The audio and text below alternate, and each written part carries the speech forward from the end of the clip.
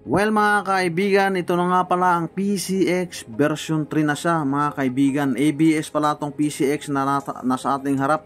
Kung makikita natin ang kanyang ilalim ay parehas lang sa version 2 at ang kanyang mga mags at ang kanyang airbox cover. Okay, sa tire size kaibigan, parang wala rin namang nabago, parehas lang. IRC brand ang gulong na to.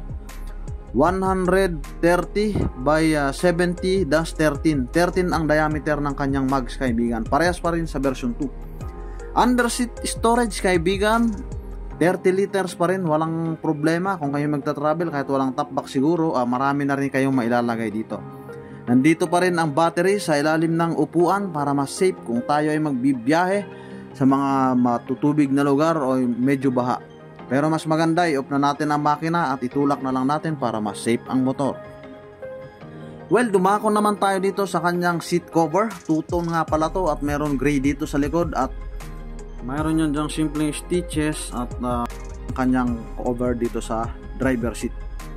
Okay, malambot ang upuan nito, maganda. Kahit long ride, hindi mangangalay. At mayroon pa rin sa ditong buton para sa kanyang fuel cover kung kayo ay magpapagasolina.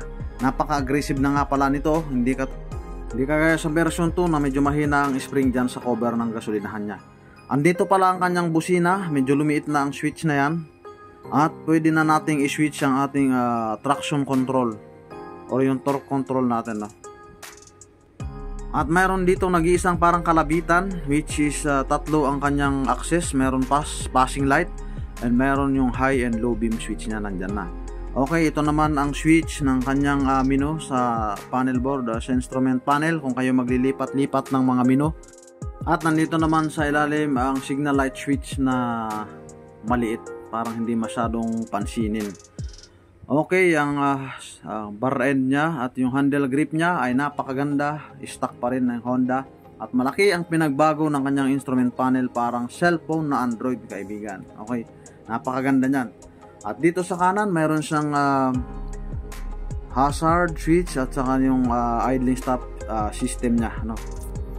And yung stem ng side mirror, mahaba pa rin. At mayroong bulsa dito sa kaliwa na nag-iisa at mayroong charging port na hindi na pala sa USB Type-C na siya mga kaibigan. Okay, medyo modern na tong PCX 2025 version 3 na to. Okay. Well, safe na to kapag ka nagta-travel kayo. Okay, dumako naman tayo dito sa kanyang footboard. Ganun pa rin naman sa version 2 PCX. Ang haba ng footboard nito. Wala ka pa rin ngalay kung ikaw ay magdulong ride na mayroon siyang extension or extender para sa yung paa. Well, dito naman sa harap, kung makikita naman natin ay ayan, parang may winglet sa konti dyan. Tapos medyo na bago ang design ng headlight. Ayan, nakasulat ang ABS. Itong nasa harap natin ay yung black at yung nasa kanan naman natin ay yung white. Okay, dalawang kulay nga pala to kaibigan. Then kung makikita naman natin dito sa ilalim sa likod ay single disc brake at nakabaso ang kanyang shock. Ayan, dyan ang kanyang radiator. Okay, at meron siyang magandang pillion footrest kaibigan. Okay, hindi na siya katulad sa version 2 na meron pang rubberized. Ito ay pure silver or stainless na siya kaibigan. Okay, naka-chrome siya, hindi na siya, wala na siyang rubberized.